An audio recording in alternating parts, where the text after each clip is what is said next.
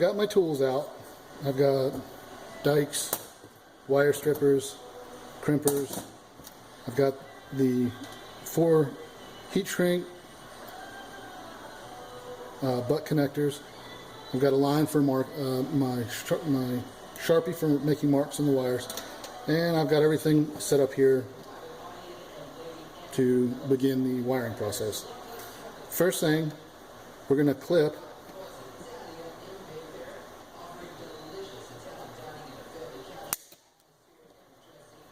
this plug as close as you can get to it. What that's going to do is it's going to show you that we have a little bit more black line lead than we do with the red. We're going to further about a 1/4 inch. Yep. And again, anything that's going in here we want to make sure we get out. There we go. And before we put the top on for the final assembly, we will do a final blowout of everything to make sure that everything's clear from there. Okay. Next thing, we're going to take our lid and we're going to slip the prongs into the receivers. And as you can see, we have tons of clearance. We can get full compression just about. We don't have to worry about anything making contact, or we have plenty of room to fit everything and get all the hoses on without interference. That's the beauty of this kit. Alright, so with this in place, we're going to take our harness that we had from earlier and we're going to install it.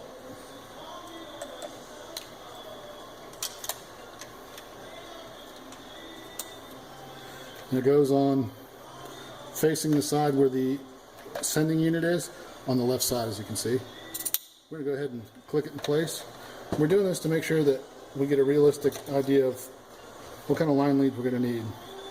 Now on this, brown is your ground, red is your positive. So brown to black, red, red. What we want to do is I like to leave a little bit extra to make sure that we're going to have enough in the event that we ever need to pull this out.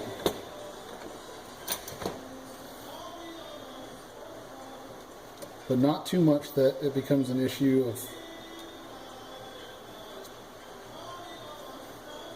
being able to get the pump in without interference. Alright, so I'm going to mark this.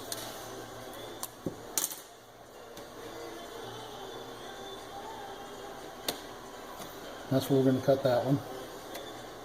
So we can go ahead and do that. Okay.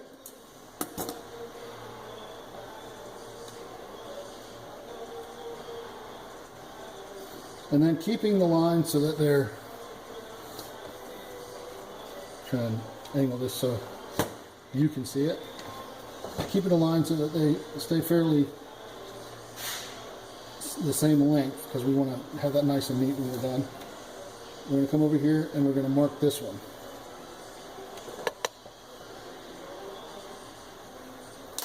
And make our cut.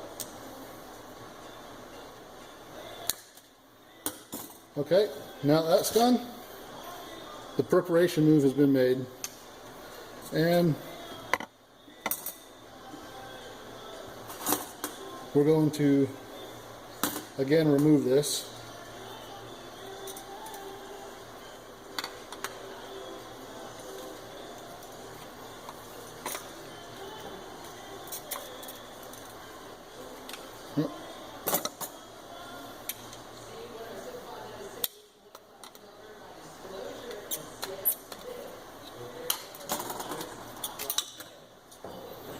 Okay, we'll set the lid aside, and now we have our trimmed harness and our pump outlet wires, and we're ready to start making preparations to make the joints. Alright, if you have these, I find that on the fuel type lines that have the plastic coating, they don't work nearly as well, and I find that these actually work better. It's up to you, your call of course, but my suggestion is to use these. And we're going to strip off about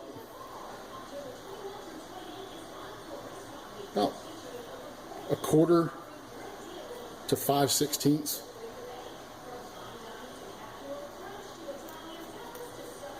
See, that comes off nice and neat. It doesn't hurt the wires. Nice, clean.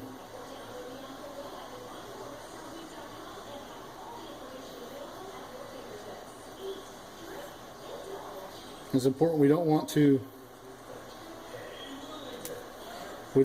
disturb the wires too much, and I'll show you why in a minute. Your first intention is going to want to be to twist these. Don't do that. Some of these will fit, some of them won't. That's why I sent two. Alright? Getting these to go on this harness is fairly easy. This one, these wires are a slightly larger gauge, so this is correct for these wires. In this situation, your lowest gauge wire is going to be what's actually carrying the current, so this can be sized to that wire. What we want to make sure is that whatever we're going to use goes on the bigger wires first, okay? So we're going to put the crimps on the pump wires prior to putting them on here. That helps in two ways. It's easier to manage this without having everything already done, and it's easier to spread these apart to crimp further up than it is down here near the pump outlet. Okay?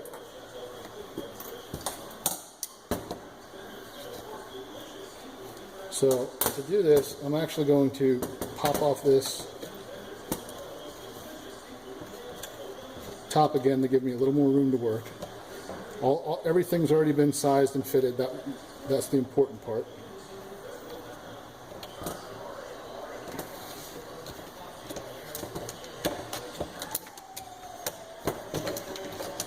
And again, this can be tricky. Once you get this over and out of the way, it's pretty straightforward. Everything comes right out. Now I have a little more room to work for getting our cutters and everything in here. Shorter one first on this is helpful, that way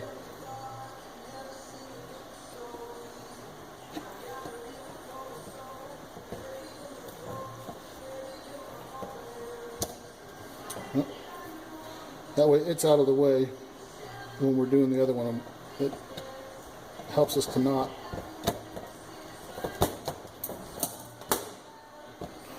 and what you can also do is you can try and pre-feed again. Don't twist.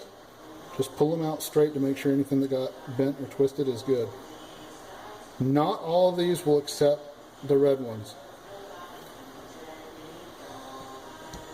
Okay, that one did. I'm going to go ahead and make that crimp.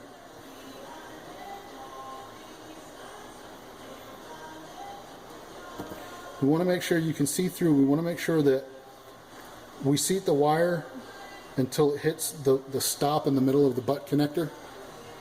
It'll make more sense when you see it. And when you look through the heat shrink section of the tube, we want to make sure that we have the wire sheathing as close to the barrel as possible.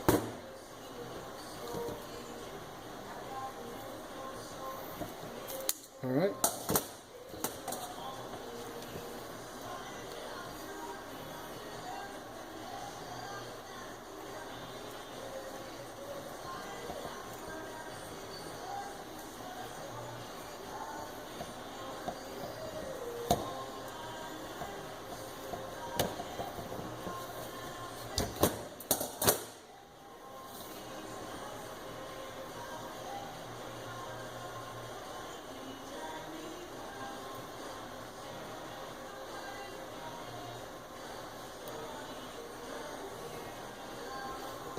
Alright, we got lucky on these.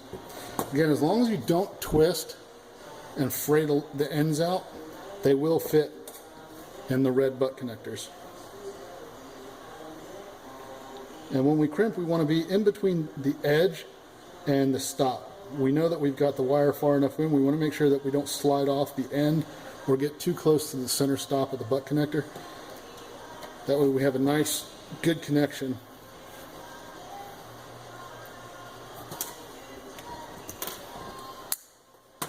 Okay, so we've got that. Now these, as long as they were left undisturbed, these should go in fairly easy.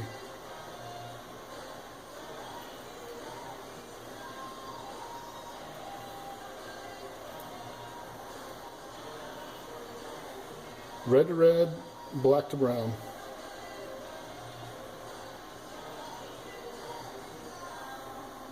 And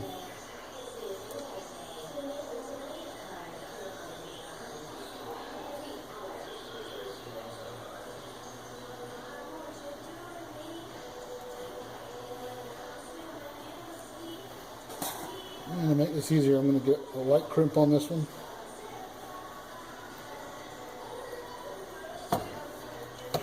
And that'll allow me to work with this one a little easier without it slipping out. Oh, I'm going out of focus here. Okay.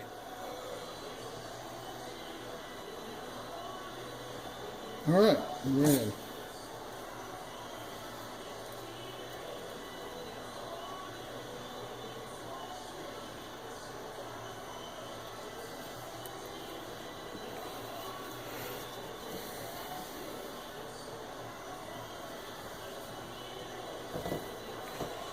We want to make sure these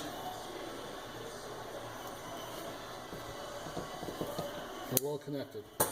And we want to test this. Make sure it's a nice, solid, good, firm connection. It won't pull out. Alright, so at this point, we're pretty much getting really close to the end. Last thing we need to do is we need to activate this tubing with a heat shrink. This has a sealant inside that will actually bond to the outer sheath of the plastic. This is going to help keep fuel from getting inside and corroding on the wiring. So we're going to use our heat gun, and we want to make sure while we're doing this we're not aiming it at the plastic of the barrel or the pump or any of the lines. Very important. You don't want to hit the lines with this stuff. Okay?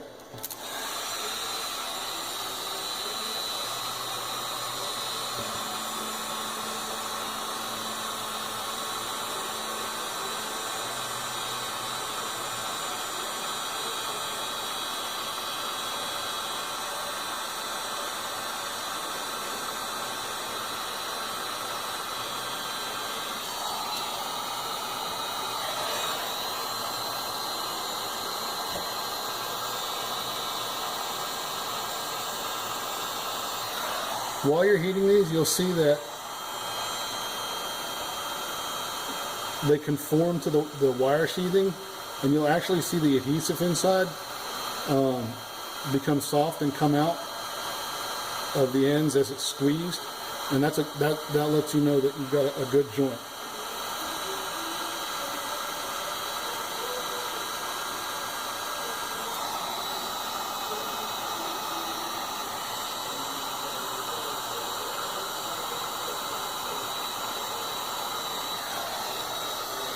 Okay, don't touch those.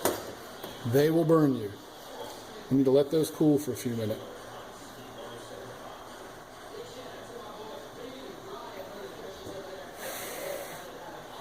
All right, now we have good joints. We have a gap. That way if there's any issues, we won't have to worry about any contact or arcing inside the tank. Safety first, remember guys. All right, I'm going to pause here and get everything else together for final assembly, and I will be back in a sec.